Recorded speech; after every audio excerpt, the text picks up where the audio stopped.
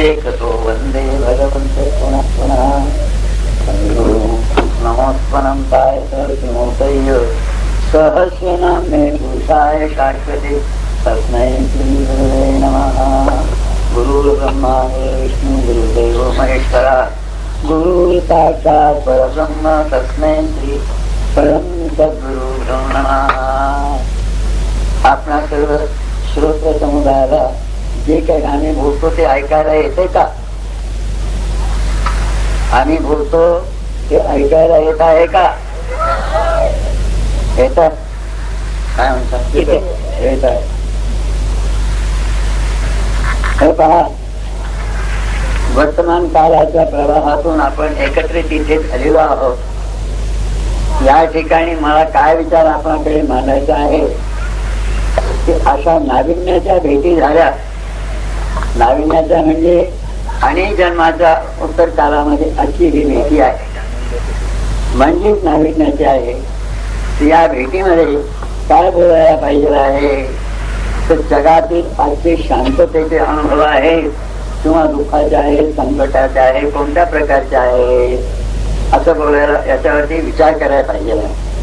तर त्या संबंधी विचार करिता आज जगाची कोणती परिस्थिती झालेली आहे हे आपल्याला माहितीच आहे.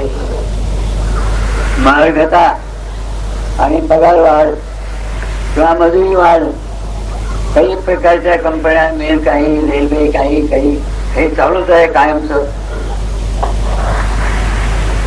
अर्थात आज काय बनलेलं आहे घटना, या घटनेबद्दल एक उदाहरण देतो. एक उदाहरण म्हणजे कैची कातर दोन पातीची कातर असते. तर दोन पाती कातरीची कोणती बनलेली आहेत आज? एक स्वार्थ आणि एक काळा बाजार. त्या स्वार्थाच्या आणि काळा बाजाराच्या कातरीने उंच पातळीच्या शासनातून पासून प्रत्येक 2 रुपयाच्या मजुरापर्यंत ही कैची चालत आहे, कातरीत आहे. बरं, या कैचीतून कोणी सुटेल किंवा सोडली असंही दिसत नाही आणि सुटेल असंही दिसत नाही. इतकंच काय, परंतु या कात्रीने प्रलय केलेला आहे. आपणाला सर्वांना जाणीव आहे या गोष्टीची. हे मला काही विशेष करून सांगायचं कारण नाही. आधीच काय झालेलं आहे आजच्या घटनेमध्ये, किती वाढ आहे त्याची हे काही सांगता येत नाही. ते कशाकरिता वाढ आहे तर माझ्या जाणीवेमध्ये जनतेच्या चर्चेमध्ये, जनतेच्या माहितीप्रमाणे आणि वर्तमानपत्राच्या ऐकिवाने वाचनाप्रमाणे मनुष्याच्या नाशाकरिता हे काय झालेलं आहे. जसं हे सांगितलं आता आपणाकडे की आजचा काळ कसा आहे तर नाशाचा आहे. आजच्या काळामध्ये आपणाला महागाई वाढत आहे, अशांती वाढत आहे, शत्रुता, मित्रता, छळकपट, बनवेबाजी, पॉलिसी, गुंडबाजी, लाठीबाजी इत्यादी काही प्रकारे आजचा काळ कसा आहे त्रिविध तापाने घोघवीत ठरलेला आहे. तो करून मानवाला शाव बसत आहे. जी काही शांती आपल्याला वाटत आहे ती शांती बाहेरची उपरंगी शांती आहे. अंतस्थ अंतःकरणाच्या ठिकाणी शांती नाही आहे. इत्यादी गोष्टी वाढीत असून सर्वतो प्रकारे नाशाची काही मानवाची लक्षणं ईश्वराच्या कोपावरून, निसर्गाच्या कोपावरून फार क्षीण मोठ्या प्रखरतेने नुकसान होत आहे. नदीच्या महापुराने होत आहे. आता परवा कारवार मध्ये एक समुद्राची लाट आली, त्यामध्ये काही लाखो जीवजीवांचा विध्वंस झाला. इत्यादी प्रकाराने मानवावरती काही प्रकारची धाड आहे. त्या धाडीचं वर्णन मला काय करता येणार आहे, परंतु आपण सर्व अनुभवी आहोत. आपल्या पुढे जे येणारे विचार ते आपण कोणत्याही युक्तिप्रयुक्तीने आणि प्रपंचाला डोकं देऊन आणि ते पार पाडतो आणि आलेली घडी उद्यावरती ढकलतो. पुन्हा उद्या तेच आहे. या प्रकारे शांती झालेली आहे आणि फसवेबाजी, गुंडबाजी, डाकेबाजी इत्यादी गोष्टीवरती बसून वागण्याकरिता आपल्या मनाला रात्र दिवस काटे असतात. काटे कोणत्या बाजूने कुणीकडून कशी शत्रुता निर्माण होईल सांगता येत नाही. तर आपल्या अंतःकरणाला काटे असतात. एवढे प्रकारे असा काळ आहे. या काळाला उपाय म्हणून या कैचीला तोडण्याला स्वार्थाची आणि काळ्या बाजाराची आणि त्यापासून होणारे मानवाची आणि त्याची नुकसानची भरपाई करणारा असा प्रयोग आज जनतेमध्ये कुठेही उपलब्ध नाही. आणि असला तरी तो नाही सदरातीलाच आहे असं म्हणायला काही हरकत नाही. असो, याचा पराभव होण्याकरिता काळामध्ये मानवाला त्रिविधतापासून बसून आणि ईश्वर भक्तीचं सुख प्राप्त होईल असं काही वाटत नाही. त्रिवार सत्य गोष्ट आहे. याकरिता आध्यात्मिक बल पाहिजे. आध्यात्मिक बल समजण्याकरिता आज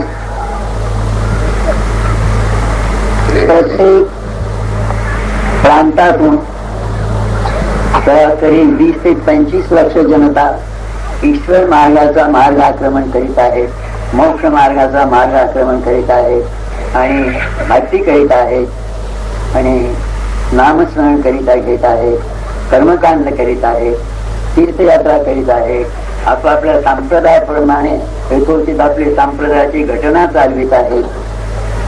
परंतु या ठिकाणी प्रश्न उपस्थित होतो, काय आम्हाला आज या बिघडलेल्या घटनेला सावरण्याकरिता ईश्वर शक्तीची जरूरत आहे. ही ईश्वर शक्ती कशी असते? प्रभूंनी महाविष्णू भगवंताच्या छातीमध्ये लाथ मारली, परंतु तपोबली होता प्रभू, तर भगवंताला डोळे उघडून त्याच्याकडे क्रोधाने पाहता आलं नाही. तर काय, परंतु एक भक्त आपला निर्माणता समजून आणि त्या भक्ताचे पद आपल्या वक्षस्थळावरती धारण करून आणि पद्मनाभाचे हे नाव पाडून घेतलं. हे कशाचं बल? तपोबल. याने प्रकारे राजा भग्यासने शतक्रतू 100 यज्ञ करायचे आणि स्वर्गाचा इंद्र बनायचे. लग्न झाले 100 यज्ञ चालू असताना घोडा ठेवला. इंद्राचं इंद्रपद जाईल त्याकरिता इंद्राने एक माया रचली. ती घोडा पकडून कपिल मुनीच्या बगीच्यामध्ये बांधला. कशा करता?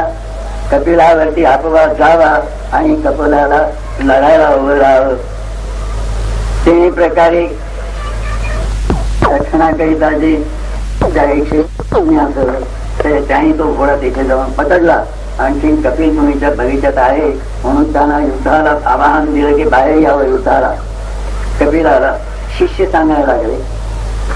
कपिल मुनी समाधीत होते. समाधीचं उत्थान होऊन विचारलं, काय आहे भानगड? तरी असं आहे. अरे पण घोडा बांधला कोणी? म्हणे कोणी बांधला काय माहिती नाही.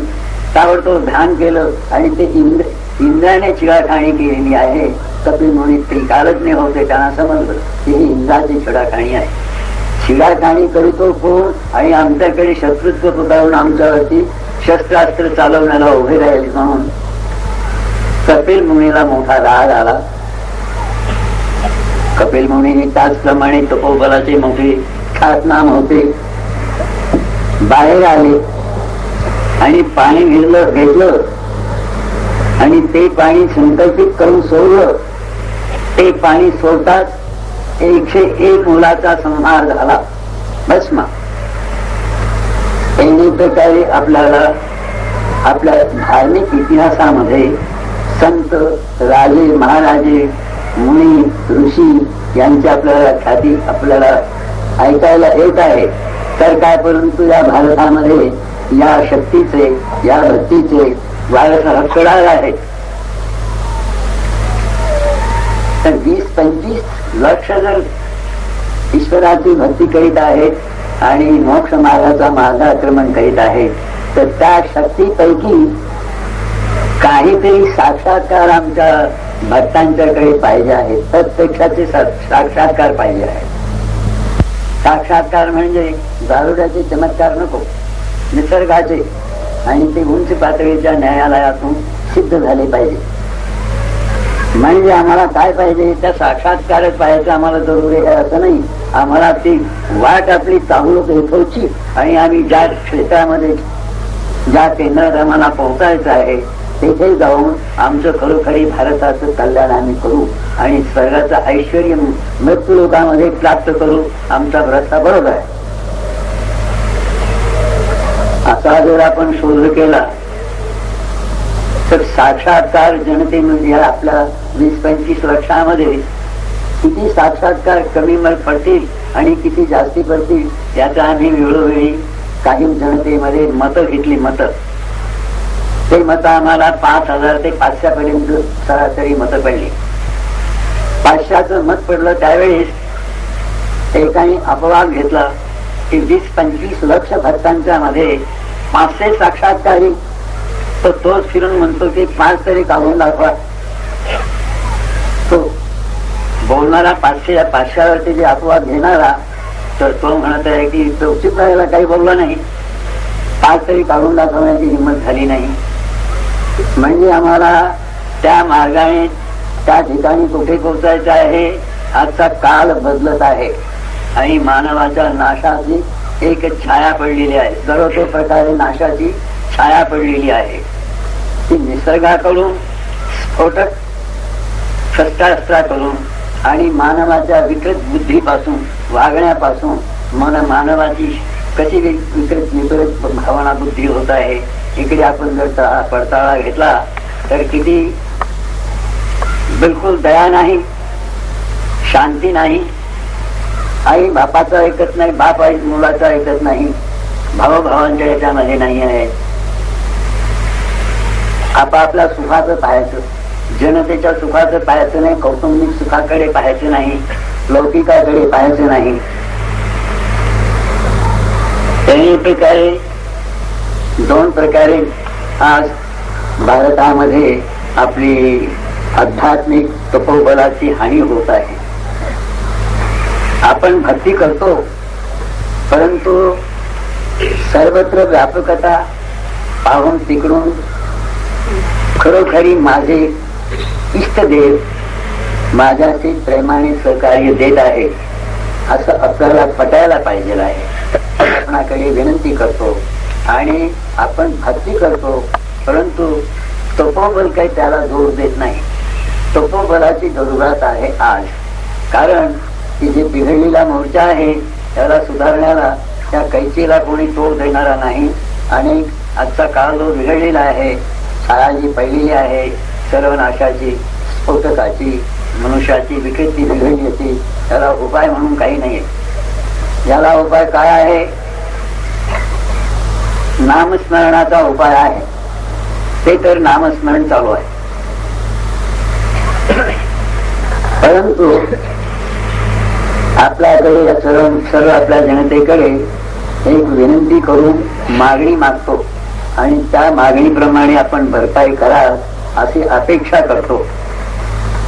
कारण धुनीवाले दादाजी जे आमचे आजीगुरु, आम्ही प्रतिशिष्य आहोत, त्यांच्या चरणावरती हे शरीर अर्पण केलेलं 1925 सालाची गोष्ट आहे. 1925 सालानंतर त्यांनी जी आज्ञा केली होती की सत्य सतयुग कर आणि जनतेला निशाणाच्या खाली बोलो तर बसतील, नाही तर मूळ काट के काढ देंगे आणि नाश होणार आहे जनतेमध्ये. तर नाश न व्हावा आणि आपण काय करायचं आहे तर सत्याचा मार्ग म्हणजे सत्य सतयुग आपण आजच केला अशी आपण भावना करायची आहे. आता त्याप्रमाणे वागणं आपल्याच्याने ज्याच्या जसं होईल त्याप्रमाणे तसं करावं. असं नाही की आपल्याला पुढे सत्यच वागलं तर बरं आहे, नाही तर पुढे पाऊल टाकता येणार नाही, असं काही नाही आहे. आपलं जसं आज चालू आहे ह्याच्यामध्ये बनेल तितका थोडा थोडा थोडा फरक करायला पाहिजे आहे. आणि हा फरक आपल्या इच्छेपेक्षाही वेगवान रीतीने आणि सत्यतेने अंमलात यावा आणि त्याचा उपभोग आपल्या भारताला मिळावा. याकरिता सत्य सतयुग प्रचार करतो. त्या प्रचारामध्ये एक नामाची ध्वनी निर्माण केलेली आहे. ती नामध्वनी आपण अंमलात आणायला पाहिजे आहे. ती नामध्वनी कोणती आहे? सत्य हो प्यारे, सत्य हो प्यारे, सत्य हो प्यारे। राम सत्य की सत्ता हो, श्री राम भगवान प्रभु के सत्य की सत्ता हो, राम सत्य की सत्ता हो, ये 3 वेळेस। सत्य हो प्यारे, सत्य हो प्यारे, सत्य हो प्यारे, 3 वेळेस। अरे हे प्यारे सत्य हो, अरे हे प्यारे सत्य हो, ही घोषणा भारताच्या काण्यापुण्यातून आणि भारताच्या कल्याणाकरिता, तो मार्ग काही सुचो न सुचो, फक्त आपला भारताचं कल्याण व्हावं आणि सच्चिदानंद ब्रह्मसुख प्राप्त व्हावे, अगर स्वर्गातील इंद्राचं ऐश्वर्य प्राप्त व्हावं। कारण वेळोवेळी आपल्या भारतामध्ये सत्य सतयोग होऊन आणि स्वर्गाचं ऐश्वर्य प्राप्त झालेलं आहे, असा आपला भारत पुष्कळ वेळेला मागे झालेले आहे।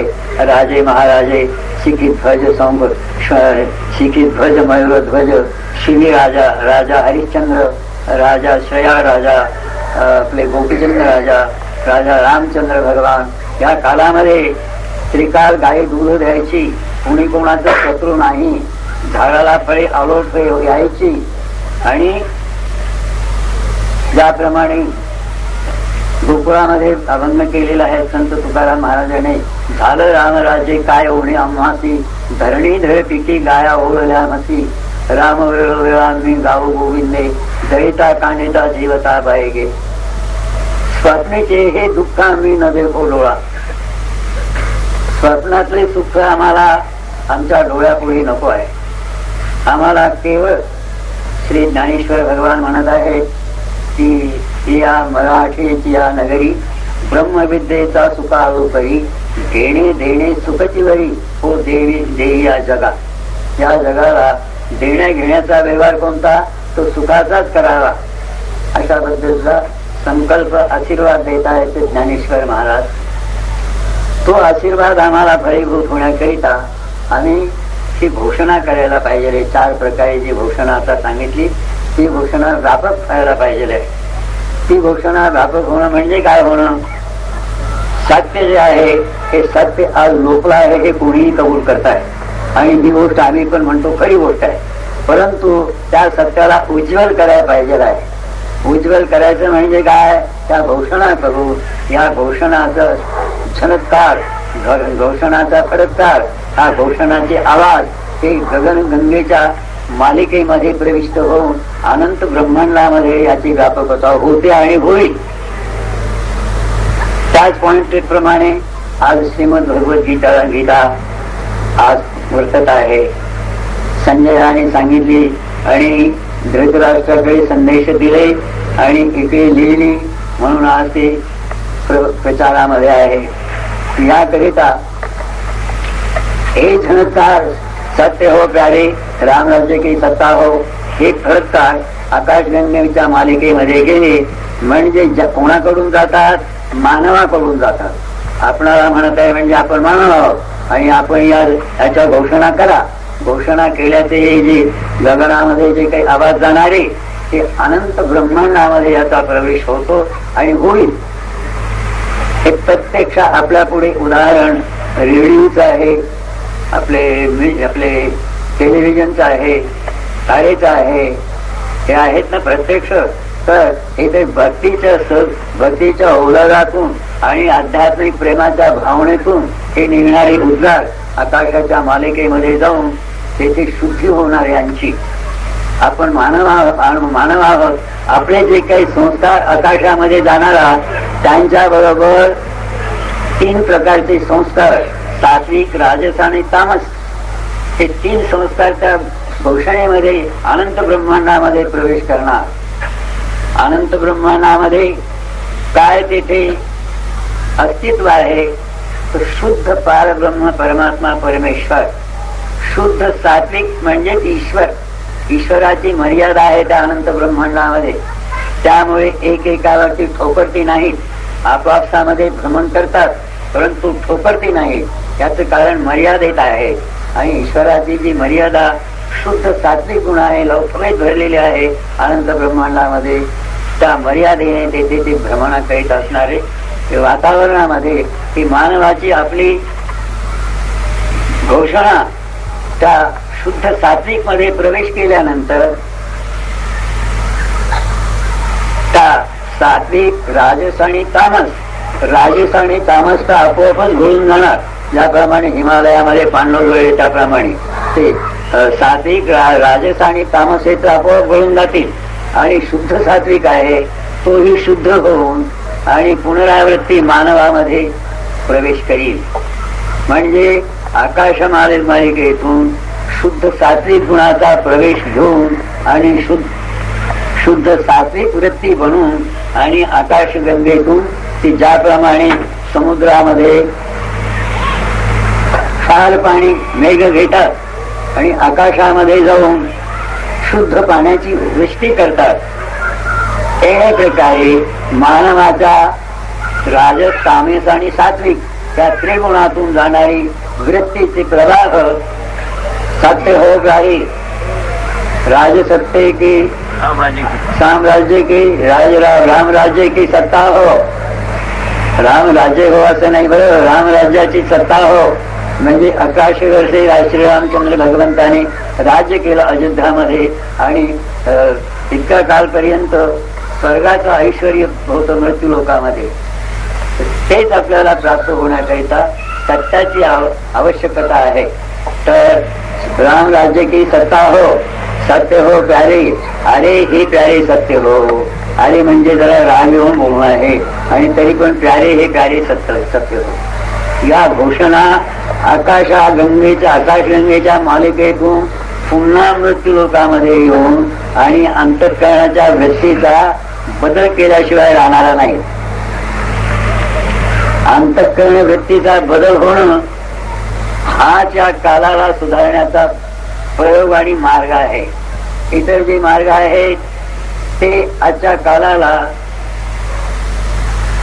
स्वर्गैश्वर्य तुल्य किंवा आजच्या घटना निवृत्त करण्याकरिता काही प्रयोग कायदा किंवा काही काढून आणि हे पूर्णपणे शांततेने होईल ही अशी इच्छा करता करता आज आपल्याला स्वातंत्र्य मिळून 30 वर्ष झाली आणि आजही तेच आहे. आशा आजही वाटत आहे आशा, पण त्या आशेची पूर्तता इष्टदेव करो. जे काही नीतिमतेने या केंद्रामध्ये काम करीत आहे त्यांना यश मिळो आणि मृत्यू लोकामध्ये पूर्ण शांतता नांदो. परंतु ईश्वर भक्ती मार्गामध्ये जी काही जनता आहे त्यांच्याकडे ही विनंती वारंवार केली जात आहे की 4 प्रकारची घोषणा करावी आणि या घोषणेचे झनकार अनंत ब्रह्मांडामध्ये त्या घोषणेमध्ये घोषणा प्रवेश होऊन आणि त्यांची शुद्धता होऊन आणि शुद्ध सात्विक गुणाने मृत्यू लोकामध्ये यावा अशी भावना करतो. आणि आपणही करा. म्हणजे काय होणार आहे? सत्य सतयुग होणार आहे. सत्य सतयुग करावा अशी आम्हाला दादाजी धुनीवालेने 1925-26 मध्ये आज्ञा केली. परंतु त्रेता युगामध्ये सत्य सतयुग गेले. आता सत्य सतयुग कसा होणार? 15 वर्ष आम्हाला हे उंगळा झाला नाही. 15 वर्षानंतर सत्याची धृती धारण करणं हाच सत्य सतयुग. सत्याची धृती धारण करावी याकरिता 2-3 प्रयोग केले परंतु फोकस झाले. आता हे यशस्वी आहे असं मला वाटत नाही. तरी परंतु आमची भावना तर आपल्या पुढे मांडली, प्रज्वलित केली, आपले प्रकाशित केली जात आहे आणि आपण ऐकत आहात. कशाकरिता? मानवाचं रक्षण आणि मानवाचे हक्क, मानवाचं ऐश्वर्य आणि निजात्म सुखाची प्राप्ती, आध्यात्मिक बलाची प्राप्ती, तपोबलाची प्राप्ती ही व्हावी याकरिता एका प्रकारे प्रयोगाने अंतःकरणाची शुद्धी झाली. म्हणजे मग आपोआप ही घटना अंमलात येणार आहे. ही घटना आपण शिकवल्याने कोणी ऐकणारा नाही आणि सांगितल्याने कोणी ऐकणारा नाही. कारण आजच्या काळामध्ये आम्ही जे भक्ती करीत आहोत या भक्तीतून साक्षात्काराचे प्रसव आपल्या मनाप्रमाणे नाही आहे. आपण भक्ती करतो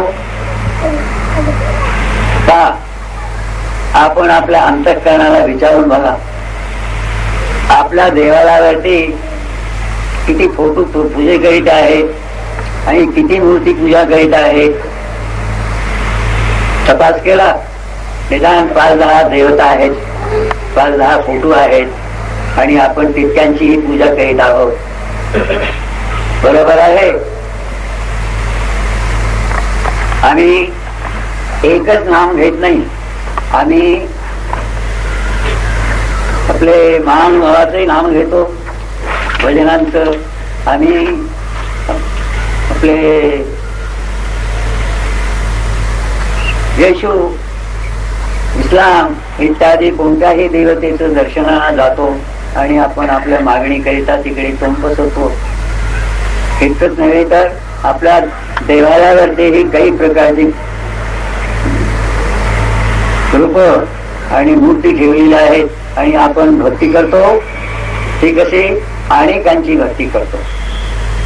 अनेकांच्या भक्तीने ध्यान होत नाही. ध्यान झाल्याशिवाय साक्षात्कार होऊ शकत नाही.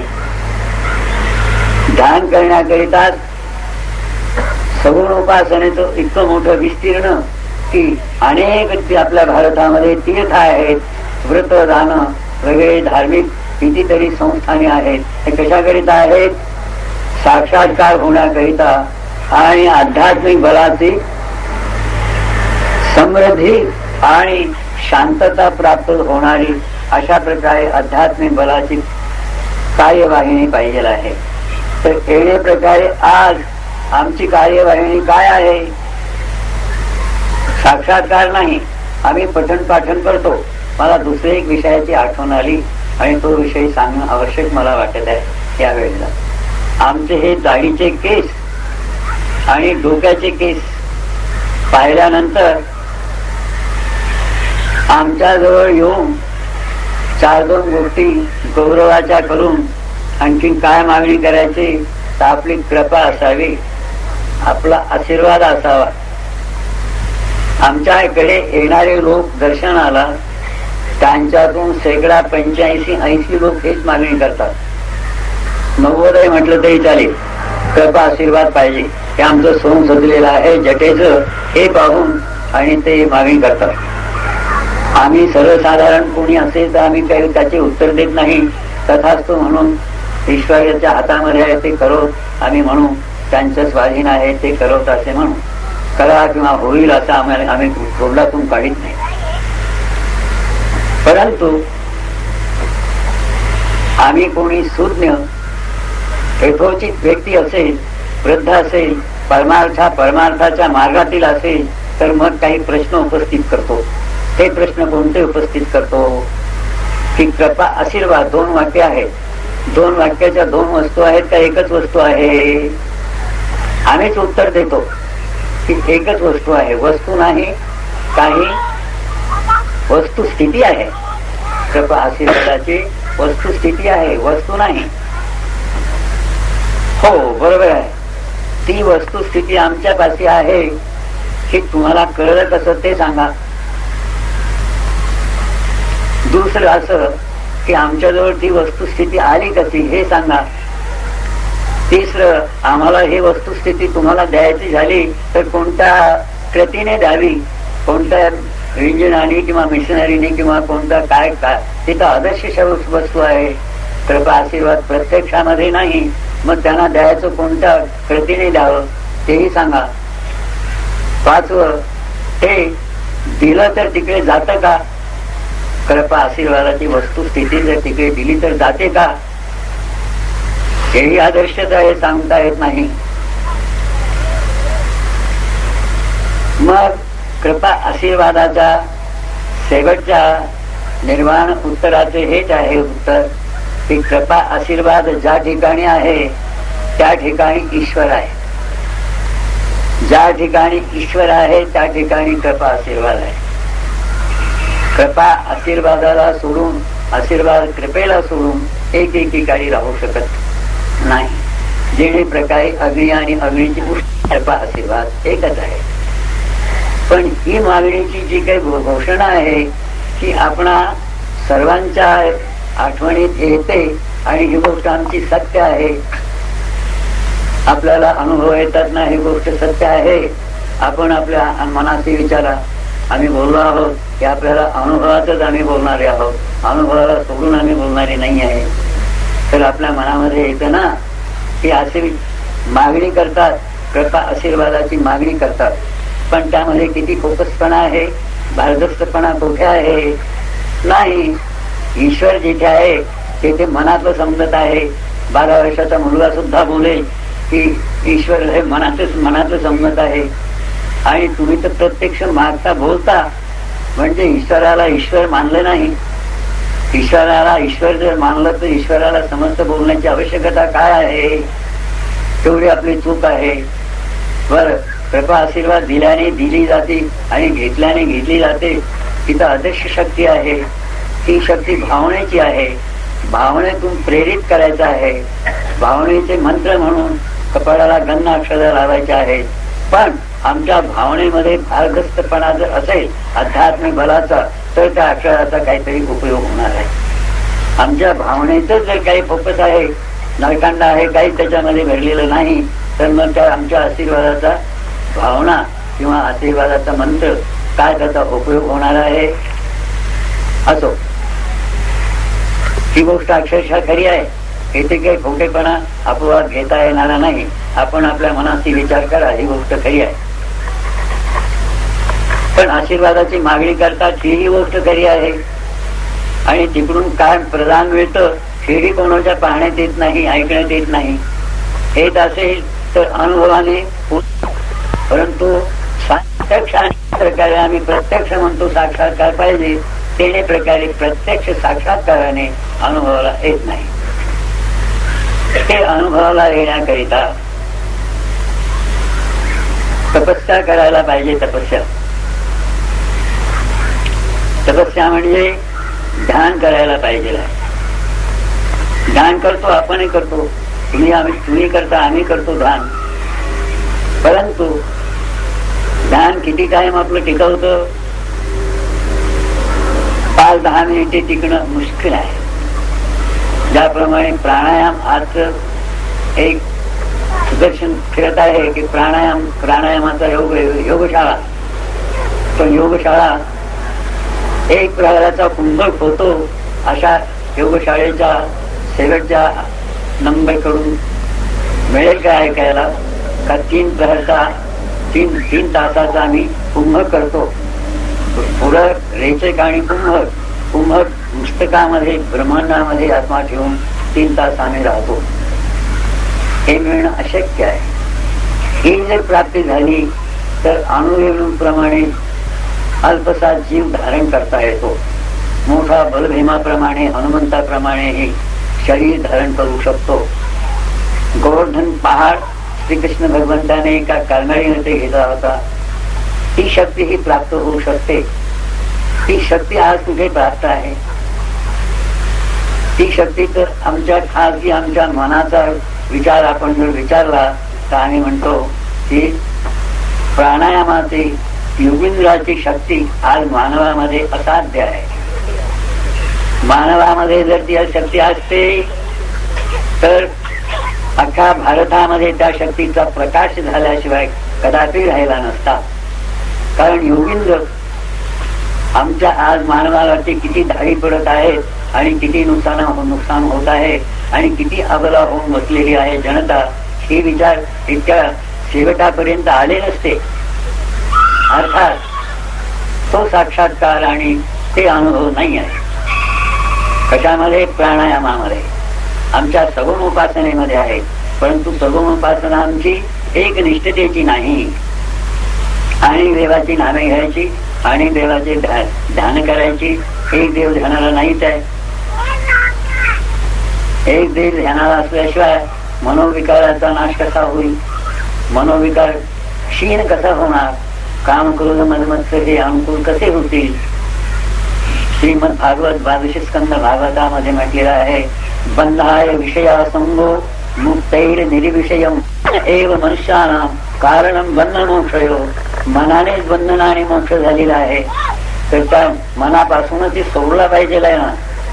तर त्याला ध्यानच कारण आहे. ध्यानानेच सुटणार आहे. परंतु आपण ध्यान कसं करतो? एक व्यक्तीच जर नाही तर ध्यान तरी काय होणार आहे? प्रथम तर आपला अर्थ आहे पहा, मी संत तुकाराम महाराजांची टीका करीत नाही हो. जी माझ्या मनामध्ये शंका आहे ती जनतेकडे मांडलीत आहे, पण उत्तर काय यथोचित माझ्या मनाने मिळाली नाही. ती शंका कोणती आहे? शके 1517-18 मध्ये संत तुकाराम महाराजांचा जन्म आहे. शके 1552-53 मध्ये वैराग्य झालं आणि शके 1573 मध्ये वैकुंठी निवास गमन केला, वैकुंठात गमन केलं. म्हणजे फार तर 25-30 वर्षाचा काल काही मिळाला नाही भक्तीला. तितक्या काळामध्ये भंडारा पहाडावरती जाऊन बसत होते, पंढरपूरची वारी करीत होते आणि अभंग किती लिहिले हरिपाठामध्ये आहे आपला लिहिलेलं. त्यावरूनच आमची ही भावना कशी काय हे काही समजत नाही. आपलं समजून घ्यायचं, अघटित घटना अपरंपार लीला हे घ्यायचं, त्या केंद्रावरून आपलं मागे पडतायचं. अपरंपार लीला आहे, हरिपाठात अभंग आहे. 4 कोटी 1 लक्षाचा शेवट 34 सहस्र स्पष्ट सांगितले तुका कथुनिया गेला 12 अभंगाला सोडू नका तुम्हा सांगितले वर्म भवपाश कर्म चुकतील आता आहे ती विठोबाची आण करा हे पठण जिरे भावे करिता होईल दर्शन प्रत्यक्ष सगुण तुका म्हणे. प्रत्यक्ष सगुणाचं दर्शन होईल. 4 कोटी 1 लक्ष 34,000 अभंग लिहिले तर जन्मल्यापासून 100 वर्षाचं आयुष्य घेऊन जरी बसला तरी 4 कोटी अभंगाचं लिहिणं होईल काय हा प्रश्न उद्भवतो. 1,34,000 वरते कुठे गेले त्याचाही पता नाही. 4,500 अभंग प्रकाशित आहे. का होत नाही? पण हे कसं लिहिलं, हे कसं झालं असेल, 4 कोटी 1 लक्ष कसे लिहिले गेले असतील काय, हा प्रश्न काय सुटला जात नाही आहे. अधिक एक प्रश्न असा आहे पहा, प्रश्न मी सोडून दाखवतो आपल्या श्रोत्र समुदायाला. निराकारात नेतो आणि पुन्हा आकारात आणतो पाठीमागून. बरं, हे तर होऊ द्या. दादाजी हरिहर हरिहर दादाजी नाम काय उरपा पुरुष होतो. निराकारात नाही तो निराकारातून पुन्हा आकारामध्ये आणतो. परंतु प्रथम हे जे चाललेलं आहे माझं काय चाललेलं आहे की आध्यात्मिक प्राप्ती पाहिजे आहे. आध्यात्मिक बलाची प्राप्ती होण्याकरिता आज जे आपण मार्ग करीत आहोत त्यामधून आज आम्हाला येणे प्रकारे प्रकाशाने आमच्या पुढे नाही आहे. आज जे आहेत ते कोणते आहेत? गारुड्याचे खेळ आहेत. रुपये काढणं, नोटा काढणं, काही मिठाई काढणं वगैरे असे साक्षात्कार आहे. ते साक्षात्कार नको आहे. न्यायालयातून सिद्ध व्हायला पाहिजे की हे निसर्गाचे आहेत म्हणून. येणे प्रकारे आम्हाला जर कोणी म्हणेल का महाराज तुम्ही बोलता परंतु तुमच्याकडे काही साक्षात्कार आहे का असं जर आम्हाला म्हणेल तर आमच्याकडे तसा साक्षात्कार त्यांच्या कृपेचा आहे. दिलेला आमच्याकडे तो आम्हाला काही चावी कुलपातून काढायला नको. ही जटा आहे, दाढीची जटा आहे, 3 फूट 4 इंचाची आहे. 3 फूट 4 इंचाची जटा अख्ख्या भारतामध्ये असेल असं मला तर वाटत नाही आहे. हे प्रतिज्ञाने बोलायला मला काही हरकत नाही. धोतीचे केस असतील, आमचे जे आहेत यापेक्षा लांब असतील, परंतु दाढी नसेल. नाही, ही दाढी कशाची आहे? कृपेची आहे. ही दाढी तपोबलाची आहे. ही दाढी सत्याच्या व्रताची आहे. ही दाढी नामरटनाची आहे.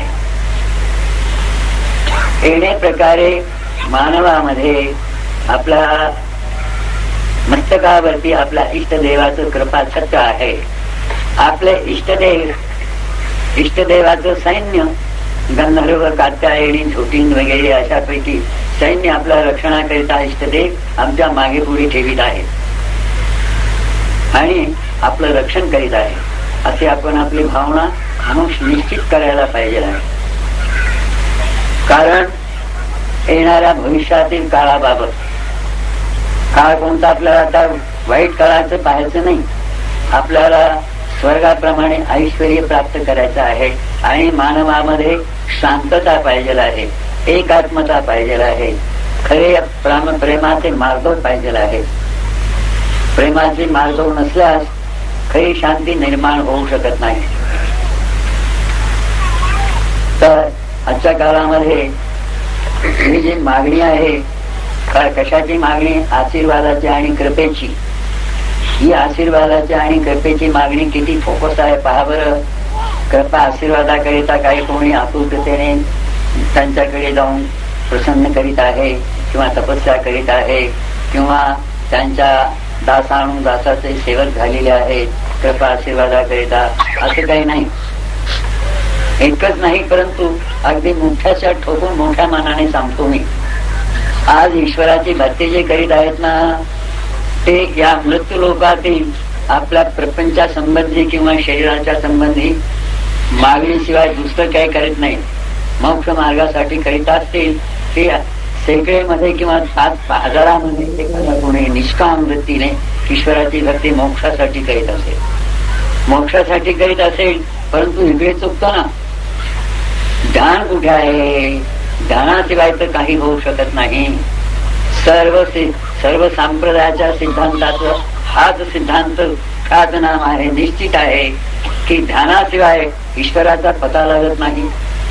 सर्व संप्रदायाचं, सर्व ऋषी मुनी वगैरे सर्वांचं मत आहे का ध्यान पाहिजेच आहे. पन्नाय विषया संभव मुक्तैर्ने विषय मनः, मन एव मनुष्यानां कारणं बंधमोक्षयो. बंधनाला आणि मोक्षाला कारण मनच आहे. मग कबीर महाराज म्हणतात, मन का मार रखो भाई, मन के मारे से जो दास नारद सब सुख पाई. मन से फेरा मन से मुक्ति, मन से विषयों का मारा, काम क्रोध मद मत्सर मोह, हे सब मन का पसारा आहे. तर त्या मनाला नाहीस करण्याकरिता हे ब्रह्ममूल आहे. मन म्हणजे कसं आहे? ब्रह्ममूल आहे. त्याचा मनाची काही वस्तू शिल्लक काही नाही. ज्ञानेश्वर त्या आपल्या श्रीमद ज्ञानेश्वरीमध्ये म्हणत आहे का निळेमा अंबरी का मृग तृष्णा रे लहरी, देवी रजगुणाच्या फांटीवरही तरळत असे. हे रजगुणाच्या फांटीवर एका हे मन असतं, छाया असते. त्याच्याविषयी आता आपल्याला पहा, निराकारात नाही तो निराकारामध्ये, मग फिरून पुन्हा आकारात आणतो. आम्हाला ही गुरुगम्य गोष्ट बाहेर करायची नाही, बाहेर सांगायची नाही, परंतु आम्हाला त्या दुकानावरती ठेवला आहे आणि सत्य सतयुग करायचं आहे. काय बँड वाजून किंवा तमाशा किंवा सिनेमा नाटक करून काही सत्य सतयुग होणारा नाही. काही अशाच काही गोष्टी आपल्याला ऐकायला मिळतील, तेव्हाच आपली मन इकडे झोपली जातील. कशाकडे? सत्याकडे. सत्याकडे ते नाही तप. सत्य काय म्हटलेलं आहे?